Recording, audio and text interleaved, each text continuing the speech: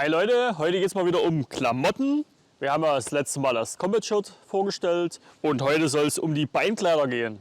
Wir haben hier die BEX Frontier One Softshell Hose und was die so alles kann, das zeigen wir euch jetzt. Erster Eindruck. Die Hose wird in der gleichen Verpackung geliefert wie das Combat Shirt. Falls ihr das Video zu diesem noch nicht gesehen habt, wir haben euch das oben mal verlinkt. Das ist sehr, sehr sehenswert. Jetzt packt ihr die Hose das erste Mal aus. Der Gürtel hier ist nicht mit dabei. Den habe ich bloß reingeschlauft, weil ich die schon mal anhatte. Jetzt packt ihr die Hose das erste Mal aus und euch wird auffallen, der Stoff ist der gleiche, super leichte Stoff wie beim Combat Shirt. Falls ihr das habt, verständlicherweise. Die ist sehr, sehr leicht, sehr, sehr dünn. Also ich persönlich finde den recht gut, den Stoff. Die Farbe ist natürlich Pencott-mäßig richtig gut, kommt vielleicht hier im Color Grading nicht so ganz rüber, ist recht knallig der ganze Farbton hier, wie das halt bei Pencott so ist. Denken ja viele, die das erste Mal sehen, dass es nicht so sonderlich gut tarnt. Wenn man es dann einmal in den Busch geschmissen hat, dann kriegt man mit, dass es tarnt. Ich persönlich habe ja schon seit vielen Jahren Pencott und kann es auch wirklich nur empfehlen. Kommen wir zu der Verarbeitung und den Features. Verarbeitet ist die Hose natürlich BX-mäßig sehr gut. Fangen wir bei den Features oben an. Hier ist so ein Nierenschutz. Ich weiß es leider nicht so genau, wie das heißt hier. So ein Nierenschutz ist hier quasi verbaut mit. Dann haben wir eine Größeneinstellung hier über Klettverschluss. Das ist wirklich sehr, sehr schön. Also das gefällt mir sehr gut, das Ganze, weil es ja nun mal nicht den Einheitskörper gibt. Und deswegen, der Inne ist ein bisschen fetter, aber ein bisschen länger oder kürzer. Da kann man das hier richtig schön einstellen hier.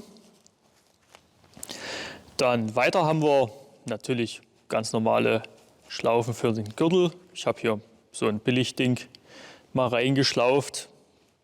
Dann haben wir hier ganz normalen Knopf und Reißverschluss. Der funktioniert super, wie beim Combat Shirt auch schon, ist ja quasi alles das Gleiche. Erstmal so, hier haben wir dann zwei große Einschubtaschen. Bei diesen Einschubtaschen ist mir direkt aufgefallen, dass die sehr flach sind. Also die gehen in etwa bis hier und gehen dann hier bis hier runter, so hier. Also hier auf der Seite sind sie schon relativ tief, aber hier ist mir persönlich zu wenig Stoff. Ich habe hier das Handy ein bisschen in der Tasche drin gehabt, also da hatte ich eigentlich die ganze Zeit Angst, dass ich es verliere. Da hätte man vielleicht das Ganze bis hier hochziehen können oder so.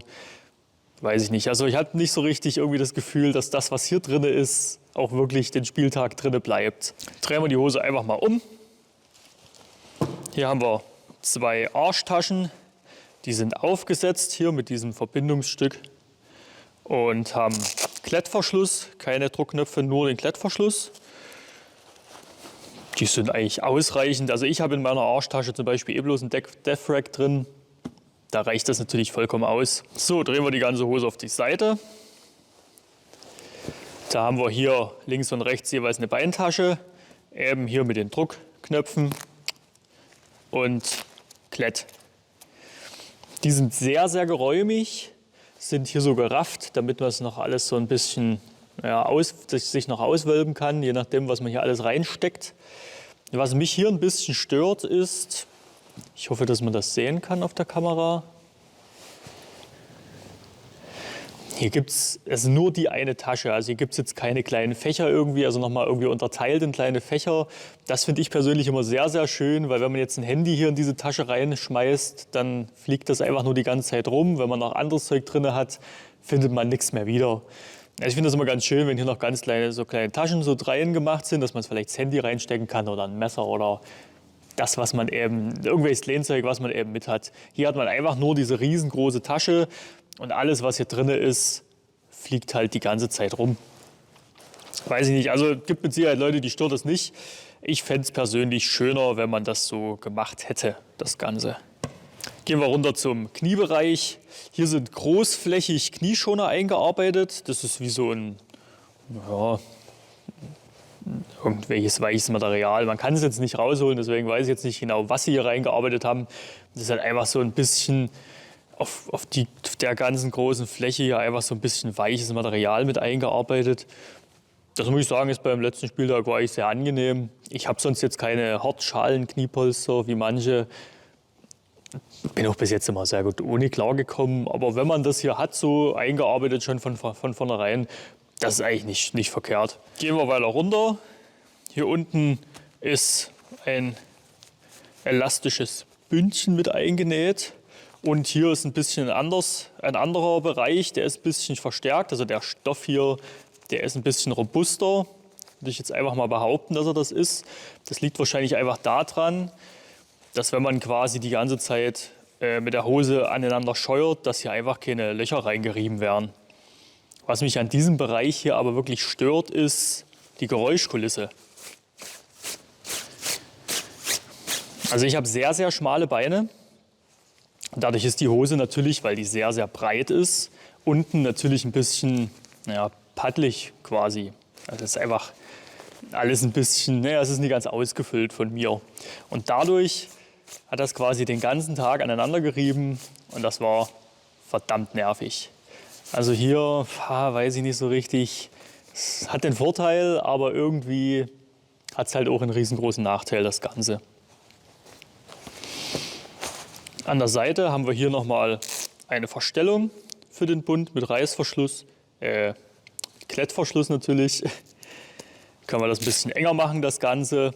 Und hier haben wir noch, um die Hose über eine andere Hose drüber ziehen zu können, einen Reißverschluss, der bis ein bisschen übers Knie geht. Kann man jetzt quasi, wenn ich eine Hose anhabe und will einfach nur diese winddichte und wasserabweisende Hose drüber ziehen, muss ich nicht die Schuhe und alles ausziehen. Ich lasse es einfach so. Mache hier den Reißverschluss auf, ziehe mir die Hose einfach drüber, zu und weiter geht's. Das ist sehr, sehr cool, das habe ich auch schon ausprobiert. Das funktioniert einwandfrei. Die Hose besteht aus 100% 50D Polyester. Dieses ist wasserabweisend, winddicht und IRR-sicher. Das ist eigentlich nur für einen behördlichen Zweck. Das ist im Airsoft wahrscheinlich eher nicht so von Bedeutung, das Ganze. Der Stoff ist, wie am Anfang schon angesprochen, sehr, sehr leicht, sehr, sehr dünn. Ich hatte die Hose im Sommer an, da brauchst du nichts drunter. Aber man kann sie natürlich ganz, ganz einfach eben über die großen Reißverschlüsse einfach wo drüber ziehen. Und da hat man halt sozusagen eine winddichte Außenschicht nochmal. So, genug gequatscht. Ziehen wir das Ganze mal an. So, ich zeige euch gleich mal, wie man die eben über eine Hose drüber zieht.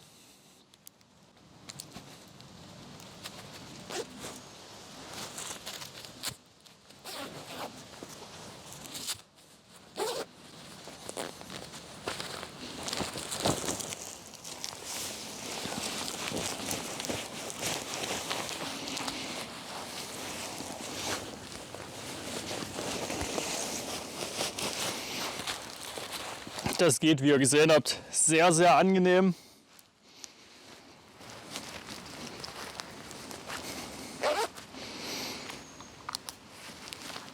Man muss sie jetzt natürlich nicht zwangsläufig über eine andere Hose drüber ziehen, aber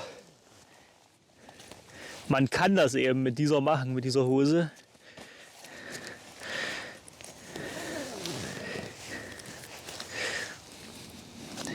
Wie ihr vielleicht seht, ist die bei mir ein bisschen kurz.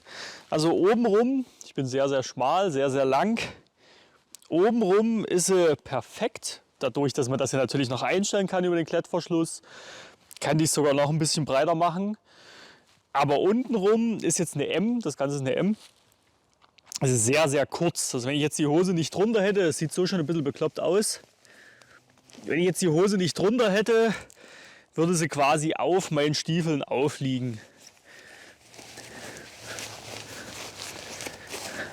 Also so hier quasi, weiß ich nicht, also gefällt mir jetzt im Sommer ehrlich gesagt nicht so perfekt. Da müsste ein bisschen länger sein, weil immer wenn hier hinten immer ein bisschen nacktes Fleisch rausguckt, ja, dann sind die Nücken natürlich sofort da und holen sich natürlich sofort das bisschen ab, was da unten zu holen ist. Sonst lässt sich die Hose sehr, sehr angenehm tragen, auch über einer anderen Hose. Dadurch, wie wir ja schon angesprochen haben, da sie halt so leicht ist und alles, ist natürlich sehr, sehr angenehm.